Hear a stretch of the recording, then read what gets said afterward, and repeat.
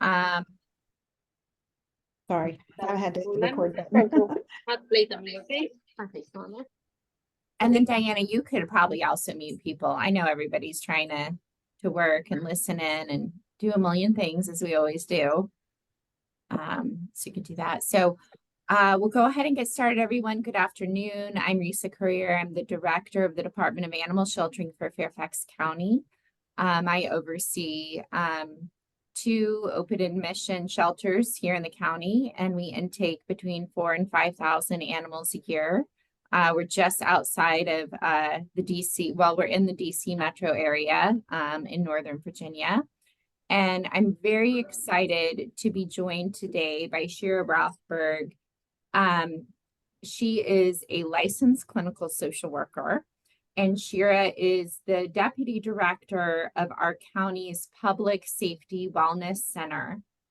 And so this is a fairly new function that we have in our county, where her work and her team's work is to provide wellness services, behavioral health support to all of our public safety workers. So that includes fire, that includes the police department, and that emergency communications, so our 911 dispatchers, and now it also includes the animal shelter. And this was a very recent add-on. Just in the last few years, we were able to get a contract with Shira and her team. And it has been transformative, to say the least. It is something that it makes our staff feel valued, that the work that they do, that there's an acknowledgement in the county that it's difficult, and they are experiencing things that our other public safety colleagues are experiencing. They are dealing with families in crisis. They're seeing animals that have been abused and neglected. They're dealing with challenging members of the community. And so having Shira and her team support us has been so wonderful. So Shira, do you want to just go in? You have a really unique background in supporting trauma survivors and their families, and also, of course, supporting animal welfare staff. And so why don't you share a little bit about yourself? Sure. Yeah. Hi. Good afternoon. Thanks for having me. Thank you, Reasa. It was a very lovely intro. I'm Shira. Like Reasa said, my background, I'm a healthcare social worker. I actually began my vet med journey while I was in grad school for social work. And for probably about the next 5 years, I was pretty heavily associated with veterinary medicine, either through private practices or through Louisiana State University's veterinary school as well. So I bounced around a little bit. I worked in pet bereavement and loss for pet parents in Philadelphia with an organization that had a 24/7 crisis hotline. And I kind of giggle because a lot of people are like, really, that was needed? And actually, yeah, it sure was. And so helping the vet med community also cope with losses of their patients and the clients, that was pretty eye-opening for me as well. I am from Fairfax County. I moved back home. I worked at Inova Fairfax Hospital working with trauma survivors, coordinating the Trauma Survivors Network, which is a national program that started at Inova Fairfax. So that was helping trauma survivors and their families and loved ones cope with traumatic injury and emotional recovery. So that all landed me here about 2.5 years ago. I was working pretty heavily with the fire department and bringing my trauma survivors to come meet with emergency medical services to show them that after traumatic injury, there is recovery. Recovery is possible, and it can be pretty rewarding as well. And that's how I got here, because I just started catching the bug with EMS and our first responders, and I realized they probably need some support too, and they're a really incredible population to work with. I'm so excited that we are merged with the animal shelter as well. They're so much fun to work with, truly. And then, you know, when I go over there, I also just kind of peruse who you've got available for adoption. So it's a work perk.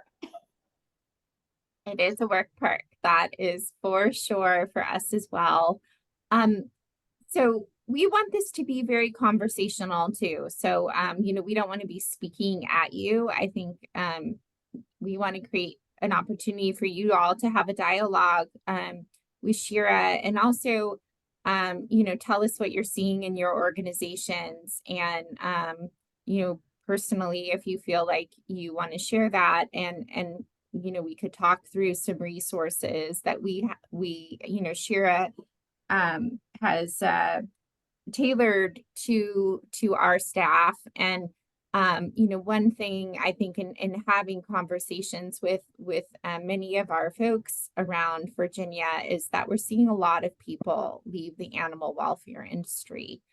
And I think burnout is very prevalent right now. Everybody's struggling with animal overpopulation. We had the challenges of COVID, and then came out of that, and now we're seeing so many more animals coming into our shelter than ever before. And I think for many of us, we're also seeing the challenges of our community, and that we are dealing with a lot of families in crisis. And so Shira, I want to kind of unpack some of those things. And I know for me, one thing that I've seen with my staff and also myself is everybody manifests burnout very differently. And I see some people are, you start seeing fatigue, and just people are, calling in more. For some, you start seeing rage and anger. And others, it's sadness. And so do you have how can we recognize this in ourselves? And for those of us who are supervisors or dealing with staff, what are the symptoms of burnout or compassion fatigue? Yeah, I just quick disclaimer here. If you all see me looking down, I'm just taking notes. That's what I do. You all are going to say some really great things that we want to come back to. So I'm just going to jot a few things down as we chat. But recognizing burnout in ourselves is probably one of the hardest things to do, because we recognize it long after it started. We can always kind of pick up on a few little things here and there, but it's pretty defeating to admit that we have burnout, especially when we're working in jobs that we really love and jobs that we have extreme passion for. And that's pretty much all of public service, public safety. We know that it's not necessarily just a job. I think a lot of times I have folks come sit in my chair and say, this is just a job, but generally it isn't. That tends to be a coping skill, because we want to try to create that barrier so that we can prevent that burnout. Generally, for the folks that are saying this is just a job, the burnout's already there.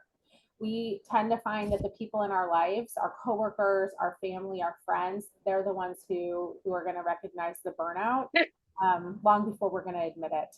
And generally, I don't know if any of you have had this, but a lot of times we're like, hey, shove off, right? So we're gonna try to deny that. We're gonna avoid that conversation if we can. And sometimes it's really just about being able to acknowledge what's going on. I love to tell folks, hey, it's okay to have a label, because a label gives us a place to start. If we've got a place to start, then we can put where we're trying to head in the GPS, and then we figured out a way to navigate. And you were asking what are some of the signs and symptoms? Yeah, that one also is really tough, because like Reasa said, we've got some of those really kind of classic symptoms: the anger, the sadness, the fatigue. We also want to look at those behaviors, those patterns that have changed or shifted in our coworkers and our employees. And that is, like Reasa said, the calling out, or maybe being tardy, maybe leaving early, or maybe just completely disengaged while they're at work. I know that these tend to be like really easy to kind of mask. And so we all probably have our work phones, and who knows which one's the work phone and which one's personal. And sometimes we're on our work phone. And so if people are disengaged and they're constantly on that phone, that's sometimes a really easy kind of starter symptom, if you will. And then also we've got folks that the anger might be towards the animals. That's where we really do have to look at, okay, what's going on and do we need an intervention? These things have gotten serious. I think from person to person, we can handle that a bit better when we see that happening in that animal and that vulnerable patient, that client, that the one that we're serving. That's when I think we can't deny that anymore. Thank you, Shira. And I should have even started with, I think there's a lot of confusion too, especially for me, about what is compassion fatigue, what is burnout, and then also what is a trauma response. Like, are there differences between those things? I mean, I honestly take a little bit of an issue with compassion fatigue and just that term. I would sort of like to see it retired from our vocabulary, but it's something we now use in the industry and we recognize. But I think it sort of sugarcoats the actual, the depth of how difficult this is and how it is a truly, people are struggling mentally and emotionally. And it just makes it seem like we're tired of petting kittens, and versus like, well, we're actually dealing with some trauma and we need to work through it, and it's a serious issue. So could you talk first a little bit about what those different terms mean?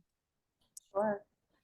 Yeah, compassion fatigue and burnout are used interchangeably a whole lot, but officially compassion fatigue starts before burnout. So that's kind of the precursor, that's the preview, if you will. And compassion fatigue can look different for a lot of folks. It also depends on the population you're serving too.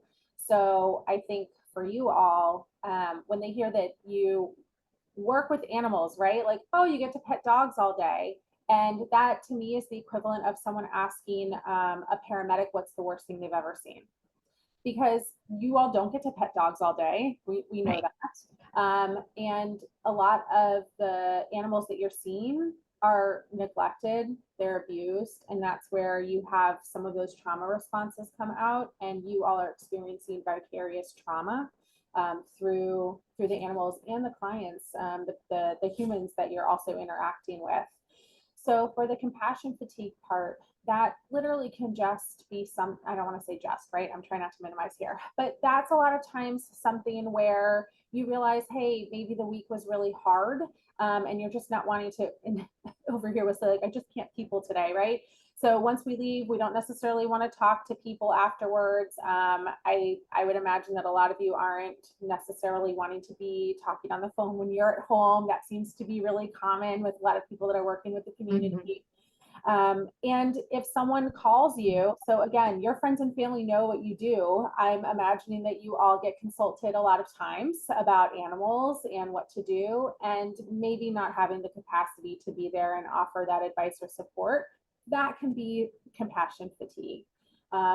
What we find is when we're not addressing that, when we're not noticing that in ourselves or finding ways to cope. So we're not necessarily engaging in our hobbies. We're not doing things that give us joy and pleasure outside of work. We're not finding ways to re-energize and fill our cup, if you will. That's where we tend to find burnout. Then we're losing the ability to find purpose in what we're doing. That's where we say it doesn't really matter anymore. My job, I'm not making a difference. So why am I still doing this? And throughout all of this, you're having those trauma responses, right? So that's where we, again, are having maybe angry outbursts. Maybe we're saying we're overly emotional. We're not able to manage some of the things that we're seeing the way we used to. And that can turn into those acute stress responses as well, which can lead to some of the bigger stress responses. Did I answer that question for you? No, I think that's perfect and so helpful that it's sort of an escalation, right? You start at one place with the compassion fatigue, and then you move into burnout, and then you get something more challenging. And I think something that's been really helpful that you have shared with our staff is sort of the different zones that you're in, and helping staff identify in themselves and in others. So like when you might be kind of struggling versus when something is critical and you have to just stop what you're doing in that moment and seek help. And so could you talk a little bit about that, like the evolution and the escalation? So when you can be managing it on your own with maybe some self-care and slowing down a little bit and reprioritizing things versus when you need to stop what you're doing and seek medical attention. Yeah, so I think one of the ways to determine if we are maybe traveling maybe slowly down a slippery slope, that's where we want to identify, hey, I really love to garden and I haven't really gotten into it this season. I'm not a gardener, but I imagine this is probably not the season for gardening. But anyway, maybe a poor example, but I know that gardening, Almost there. It feels like a garden day today. we're almost there. We're almost there. Okay. I think that can be quite therapeutic for people, or maybe you're a walker. So maybe a dog walker, maybe you enjoy walking your dog. Maybe you have a big backyard for your dog, but you generally like to take one of those after dinner walks with your dog. That can be really therapeutic for you, help you process and decompress. And we're not doing those things anymore. So we can look at maybe a 2-week span. That's usually a really good way to kind of check in on us and get a pulse check, because 2 weeks is not a whole lot of time, but that's enough time to maybe notice there's a change in pattern. There's a difference in our behaviors. And so if we haven't been engaging with that, okay, well, what's keeping you from engaging? Is it just that you sort of fell off, or is it easy to kind of hop back on and resume those activities? Or it could be, hey, I'm really just not enjoying any of these activities that I used to enjoy. That's where we also want to be really mindful. Okay, if we're not enjoying that, is there something else that we're enjoying that we can engage in? Or have we just simply lost interest in most of the things that we enjoy doing? Have we also lost interest in being a reliable coworker and employee at work? And that then can lead us to a place where we are having symptoms of severe depression or anxiety. That's again where we probably want to look at some intervention. That would be a great time to go seek some provider, a mental health provider.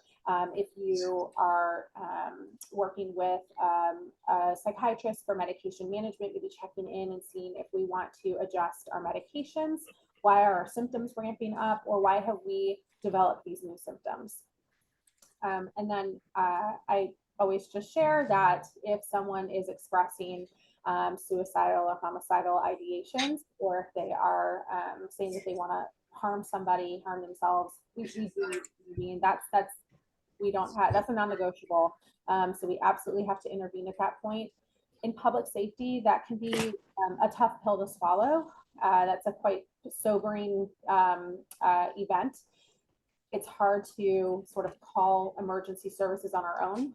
But again, that's when we have to remember, like, this is not an easy life that we're living. This is not an easy world that we're working in. So we do want to make sure that we're all safe and protecting each other. What you would much rather do is err on the side of safety. Hey, I guess I was a little overly concerned. I jumped the gun here, versus I dismissed that. I just didn't want to believe that, you know, my coworker was really that far deep. That's great, Shira. That makes so much sense. And I think for many people, just getting where, you know, people that work in our industry are sort of like engineered and wired to just pull up our socks and just keep going on. And part of it is, how do you slow down and create space for getting support for yourself? I was talking to somebody the other day who's caring for 20 animals. She's a rehabilitator in her home. And it's like, how do you slow down to take care of yourself when you're physically and mentally exhausted from caretaking for others? Do you have tips or things that you could offer for people that just are really, really tired? Take a nap. Yeah, that's really hard to do. And we do notice personality traits among public safety. It's really difficult for us in this community to ask for help. Really, really difficult. We are the helpers. And Yeah. then we serve the people who are helping too, right? So it's really hard to admit defeat. It's really not defeat, right? But that's a lot of times how we look at it. If I have to ask for help, I'm admitting defeat. I'm Yes. going to burden somebody else with my needs, and then I'm going to cause them to have to change their day. I'm going to disrupt whatever's going on with them. But what we also know about what we do is it fuels us. It gives us purpose, and it helps us re-energize when we are helping. So if you can imagine someone else seeing that maybe you're needing some help, you might be struggling at this point, maybe they've tried to offer before, take them up on that offer. So if someone does say, hey, I'd like to help you, say yes. There's no shame in that. There really isn't. And if we think from the standpoint of that would make them feel good, that would make them feel useful. So for those, my own mother, I remember she gave me a pillow that I realized like, hey, I can actually use this pillow. And she said, oh, good, I'm still useful. That's so silly, right? That's such a silly example. But she was pretty excited about that. And she said it 3 times. I'm so glad I'm still useful. Great. I still have the pillow, by the way, just in case anyone's curious. And it's still serving its purpose. But being able to help other people when we feel like there's really not a whole lot that we can do to help that situation, that also can help us too. What we also know is that when someone is in need, in crisis, asking them, what can I do to help? They're going to say, I don't know, or nothing, Right. because we honestly don't know. Yeah. They haven't thought that far ahead. So if you come up with something that you can do to help, that's going to make it a little bit easier for them to accept that help, and for you to accept that help when someone's offering. So make sure that you share this tip with your friends. And so working with my trauma survivors, I would hear this a whole lot, to the point where they really truly didn't know what they needed, and they kept declining help, and they lost friends in the process of their own recovery. Not by any fault of anyone. It's just, if we keep asking and we keep getting turned down, we're just going to stop asking. So please accept the help. Say yes when someone offers. And then if you're not really sure what they can do, we'll figure it out from there. Yeah, that makes sense. A lot of, we've talked a lot about kind of the challenges with animal caretaking, and not, trying to balance also self-care in that process. But I think, one thing I'm hearing from a lot of people, and we have experienced this as well, is the challenge we have with interfacing with human beings in our work. And I was talking to someone the other day, and she said, oh, all of us that we really like animals, we're not so good with each other. And I thought, you know what, that is true in many ways. But I think too, it's, many folks are struggle with the emotional and mental burden of dealing with human people, members of the community, and dealing with staff and colleagues, their managers' expectations. And I just think of our animal control officers. They're out in the field and they're dealing with, people that may be volatile and have certain expectations. And then we have also expectations from the community on how we care for and treat the animals, expectations from the volunteers. And sometimes it just feels, I think, for many folks in our profession, that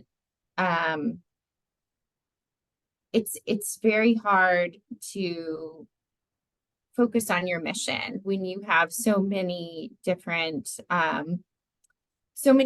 voices kind of impacting your work. And someone on this call once said to me, you have to give yourself and your staff space and grace. And I thought that was so well put. How do you create some boundaries when you do have so many people that think, well, I've walked a dog, I can come tell you how to do your job, or you're not taking my dog and just this, I think in society in general, you just see this sort of coarsening of how we treat each other, right? It's happening on the national scale in our political arena, but it's also just been, I feel like, a degradation of like good manners, right? And genuine respect for how we treat each other. And for many animal welfare professionals, we go and deal with that day in and day out, and it's exhausting. So what advice do you have? Woo! Yeah, that you really nailed it though. And I know that there have been discussions of this. It's kind of just an ongoing discussion, truly. And like you said, the shelters are really full. It's pretty defeating and deflating after COVID. And we talked about this before too, that, oh man, everyone wanted a pet while they were home. And that was really, really exciting. And now it's like that never even happened. And that can be really hard. And you're having these animals bounce back. That's really difficult when you have people that are so heavily invested in successful adoptions. And that definitely speaks to the volunteers in the communities as well. And the officers that are responding to these residents over and over and over again. We know that anger is the highest form of engagement. And I had a mentor tell me that a while ago after I was talking to her about a family member just towering over at me, screaming at me to the point that I was just like, if a mask hadn't been on, there would have just been spit like coming off. It was pretty intense. And I sat with that for a while, this concept that anger is the highest form of engagement. And then as I really thought about it, I was thinking, that guy was pretty engaged. So a lot of times when we're angry, it's because we're not really certain how we're supposed to advocate for ourselves, for, in this case, the animal. And also advocating for our ability to be involved with the care of this animal. There are a lot of people that are touching one animal and they're involved in that care, the intake through, helping with behavioral modifications and then getting them through that adoption process and having that be a success. So one of the ways that might be helpful to work with someone who is very highly engaged right now is instead of getting defensive, which we all want to get defensive, and we all want to also be our own advocates, and sometimes we're not great at that, but I know that sometimes that's really that long-term goal. We're just not sure how to get there. That's where we want to align with this person. So bring them in, bring them closer, because if someone's angry, they're going to expect for you to come back with that same level of engagement. And if we don't, and we just kind of stop to bring them in to find out what it is that's really having them exhibit such intense emotions, that's where, hey, it sounds like they just want to be able to be heard and to be able to express what it is that they're feeling, and for someone to actually say, I hear you, I'm understanding what you're saying. And a lot of times that's just like breathing really fresh air when someone's hearing you. We know that this probably isn't the first time they're feeling this way. This is not the first dog or cat or animal that they're working with where they're having these types of emotions. So finding out what's going on or what's been going on that's causing them to react this way. This brings us back to that trauma response, right? So that's likely what's going on. It doesn't mean that you have to solve that problem. Just means, hey, I'm going to take a moment to sit and listen. So allowing for that grace and space, that moment for them to have a psychologically safe moment to express what's going on. Yeah, I think there's truth to that. And I also think as a organizational leader, I'm not afraid to tell people they're disrespectful and they're out of line. And if they can't redirect how they're speaking to me or my staff, then we're not going to serve them. I mean, I think also creating that, in general, in animal welfare, we don't have enough respect for for ourselves, right? We're soft targets. We're trying to help the community.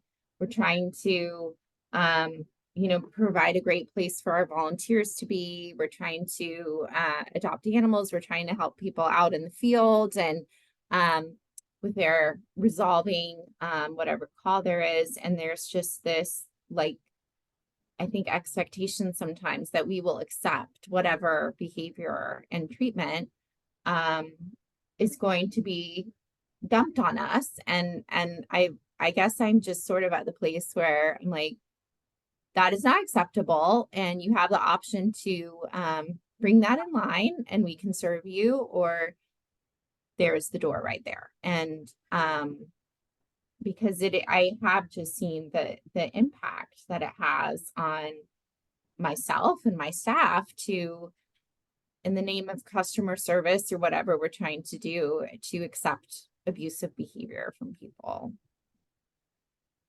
So glad you said that too, because coming from that leadership standpoint, we also must model that for the people that are working for us so that they know they're also in a place where there's safety and respect. Yeah. Not only that they deserve it, but it's demanded. And to engage with each other in that same way, with that same respect. Because we know that that also helps to create that level of compassion fatigue that then can escalate to burnout, and we don't want that. So reminding people that yes, you might be in a high stress state, but that doesn't excuse that type of behavior. I'm really glad you brought that up. We just have a few things in the chat here. I just want to make sure I'm not missing anything. Appropriate for any of us to come off mute and kind of share. Yes, please. I like totally align with all of this. And the reason that I was like off mute and off camera to begin with, I'm Lindsay Paisley. I run Beagles and Bentley's Dog Rescue based in Richmond, was because I got a call from a previous adopter wanting to return a dog and dealing with that. And of course, there's biting involved that I was not made aware of, but there's definitely, whenever I have to, turn someone down from adoption because the legitimate reason, obviously I'm always waiting for the, okay, what are they going to say back to me? And so, but, something that I always think is really important is just obviously to be professional and kind. And obviously we know that people like to screenshot things and share things, and we don't want anyone, we don't want anyone misrepresenting our organizations. But I just shared in the chat, and because we were talking about therapy and mental health, like I literally drafted this kind of statement with my therapist, basically that we have a no tolerance policy for individuals who don't align with our values of kindness and non-harmful communication. So I love that. And my volunteers, and anyone who partners with us should not have to, engage with such, communication. So that's definitely a huge thing is, I think we can't control how people are going to act or respond to what we tell them, but we can always control our response, even though we may want to say something else other than, we have a no tolerance policy. Because the last thing I want is for anyone to feel like they were mistreated by my rescue or any of my volunteers.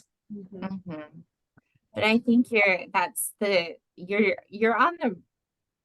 right thing, Lindsay, right? Because you're creating structure. So it's like there's an understanding, it's from the staff, from the volunteers, everybody knows what the deal is up front, right? You have it in writing. And so that also takes the emotional burden off you of having to like try to express your feelings and defend yourself and just say, you know what, I'm just going to refer to this document here. Yes. And that's why I did it too, because I can get very, I can get, I think we all can get very worked up. We put our heart and soul into this. We make so many sacrifices, like mental health wise and physically and everything. And so when someone comes at us with something like, well, fine, I'm going to go to a breeder, if you're not going to work with me kind of thing, what you want to say is, you want to say maybe not say something so nice back, but it definitely helps kind of having something that is sent to everyone that approaches us in kind of a negative manner. And that doesn't mean that we're not open to, you know, answering questions or any concerns or differences, you know, accepting differences in beliefs or opinions, but it's just kind of nice to have something in writing that we can, you know, communicate kind of the same way to everyone who approaches us in a negative way. I love that. I love that. And there's a comment here about in the chat that I think it's important to lift up how even when we are able to work together with community members to come to a joint understanding, it still chips away at your resiliency because it takes work. That takes emotional and mental work to get that community member to a place where you can find commonality and common ground and work towards a solution. And ultimately that, like, if you have, you know, your cup is full, right? You're pouring some things out to get to that place. And again, that impacts, I think that compassion fatigue, the burnout, when you are dealing with kind of conflict mitigation day in and day out. And Shira, do you have any, I know it's sort of different for everybody how to fill your cup back up and be able to have the resiliency to do this work. Do you have any guidance for us for how you can keep at it? Yeah, sure. And I think this is honestly one of the reasons why I love working with this population is because I'm in this population. I have been working in the world of trauma for so many years. And so I've had to do these things myself. And Yeah. I tell people it is helpful to go talk to a mental health provider. That can be so helpful. And it's not because you have to go fix anything, but sometimes you just need a trauma dump on someone else who can handle it. I go and I trauma dump on my therapist every single month. I have been doing that for years. And I love when I go for my appointments with her. And that is part of the self-care. One of the things that I noticed is with compassion fatigue, if you have a glass of water and there's a crack in it, you're going to have a leak. With compassion fatigue, if you're noticing that, you can repair that crack, right? Or maybe just find a new cup to put all of your water in. That's where we're able to stop and intervene and notice like, oh man, I'm a little grumpy lately, but I can totally get through this because we are resilient. We are literally, humans are actually resilient. That's why we haven't died off from the alligators, which I always go back to alligators because they are very scary. And there was one living across the swamp from my house in Louisiana, and I didn't really like that. And he was there for a whole month. And so I always go to the alligator. That's kind of my irrational fear. I don't like him.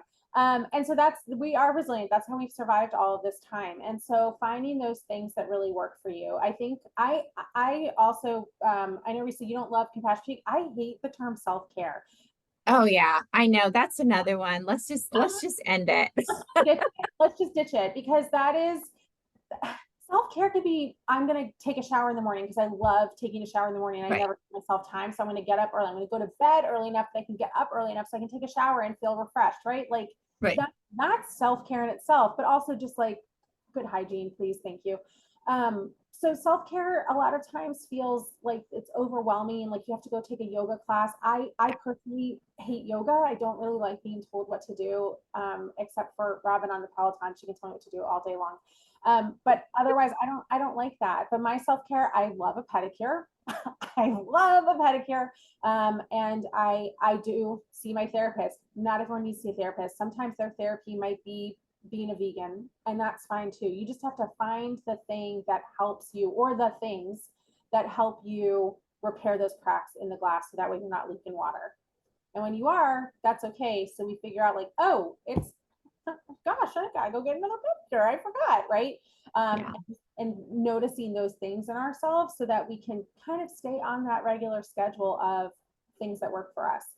The other, and like you were saying, back to the example of, you know, being a caregiver, they always say like, you need to take time off. You have to take time off. That's really, really overwhelming for someone who's kind of a solo act. Yeah, Or it would as be many are. yeah, or something where it's really, really hard to delegate that to someone else. And again, this is coming from direct experience. I was a solo act at the hospital. I'm the only one in the whole Inova system doing that job. How was I supposed to delegate? And of course, there would be 3 teenagers shot, somewhere while I was taking my one day off. So, and then they would call and, who do we get to come counsel the families and all of that, right? And then I realized, it's okay to say I don't care today. That's not a me problem. So that's their problem today. This is a tomorrow problem for me. That's totally okay.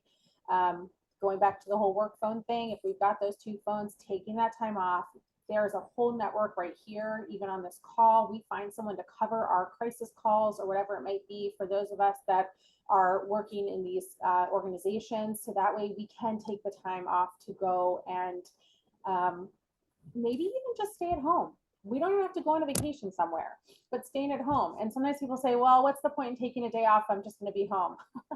That's where we're going to, how do we change, leap around and find out, right? So just try it. Just take that day off and just sit at home or go run errands or do whatever it might be on a Tuesday because you have the time off.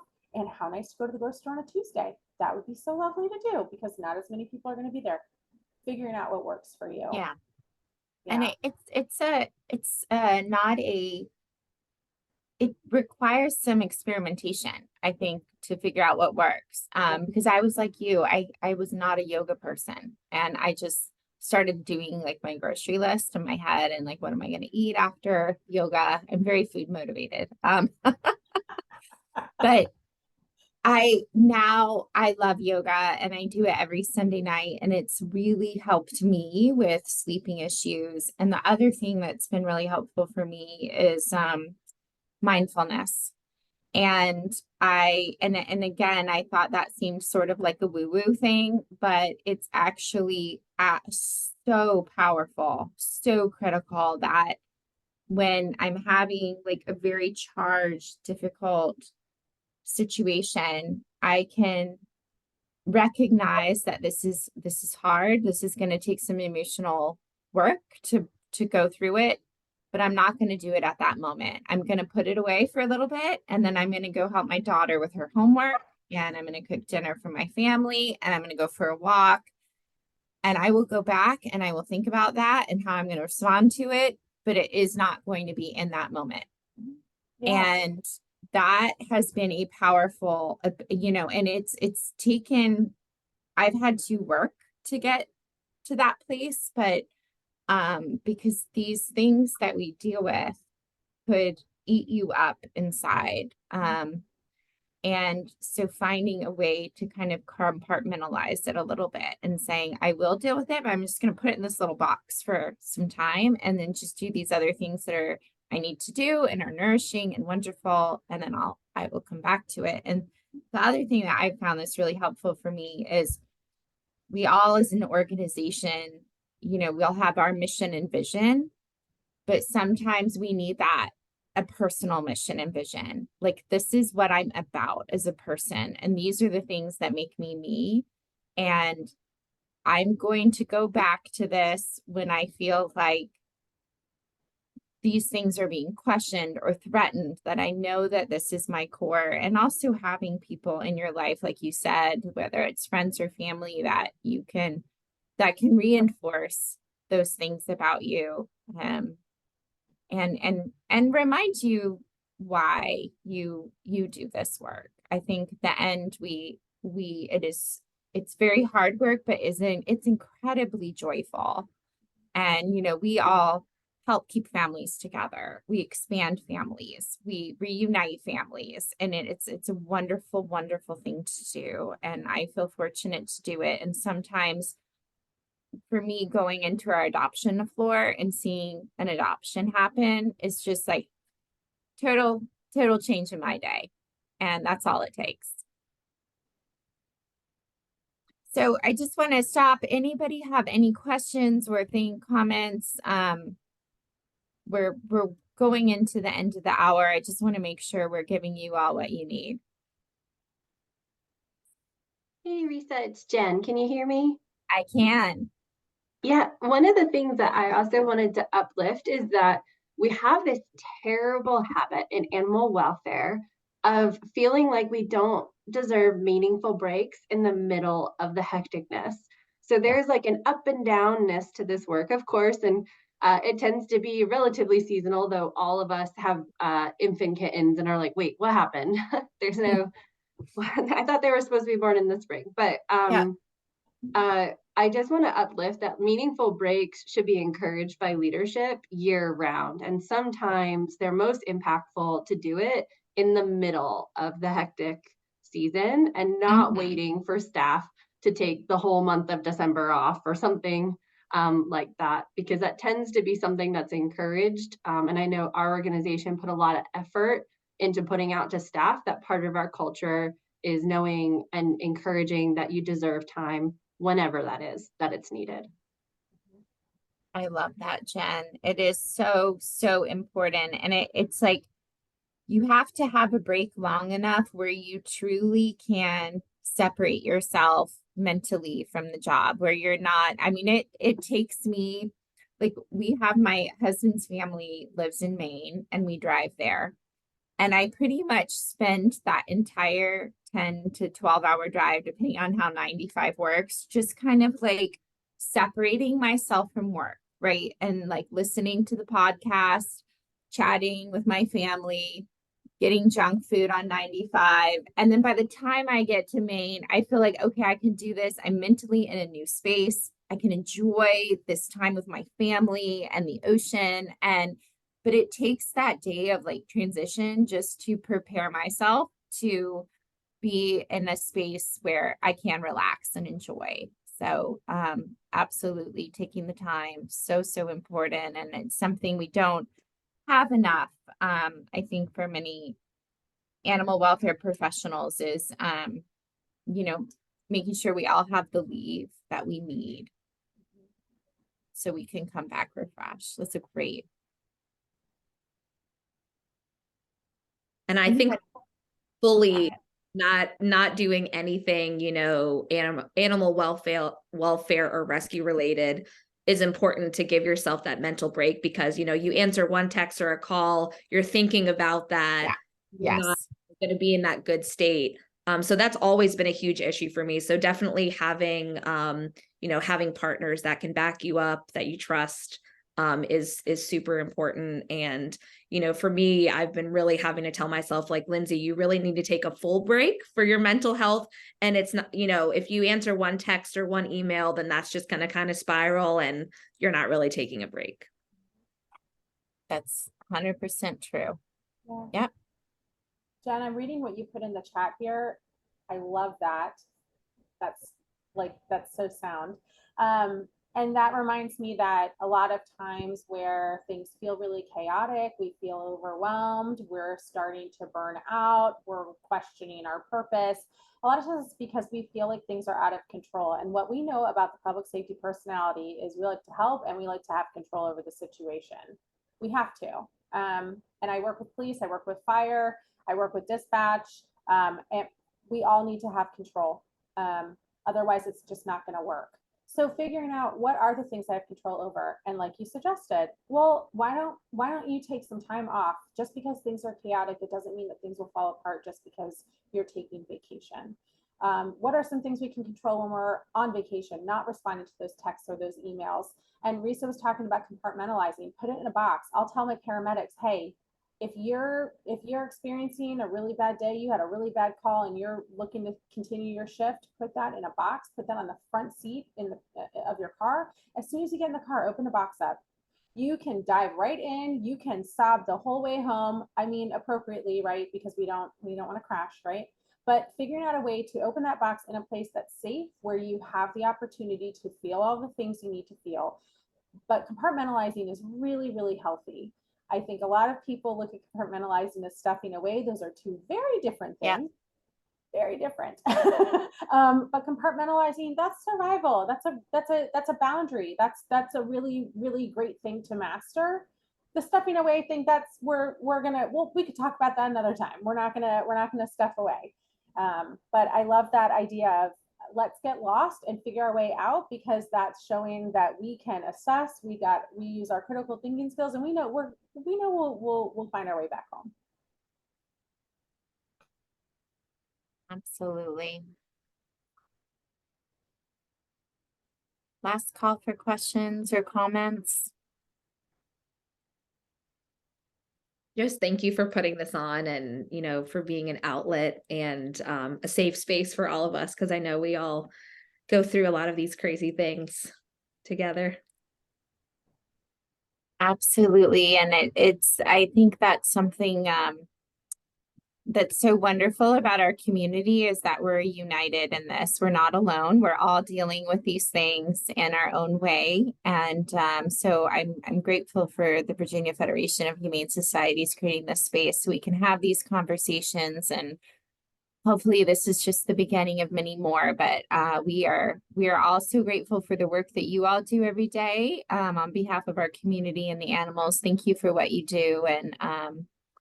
And you know, if you have any feedback, please, you know, Diane has her email there. Let us know, because we are trying to shape content, you know, going into 2024, and we want to make sure we get you all the things that you need.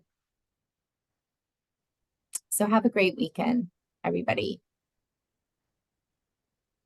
Thank you. Have a good weekend.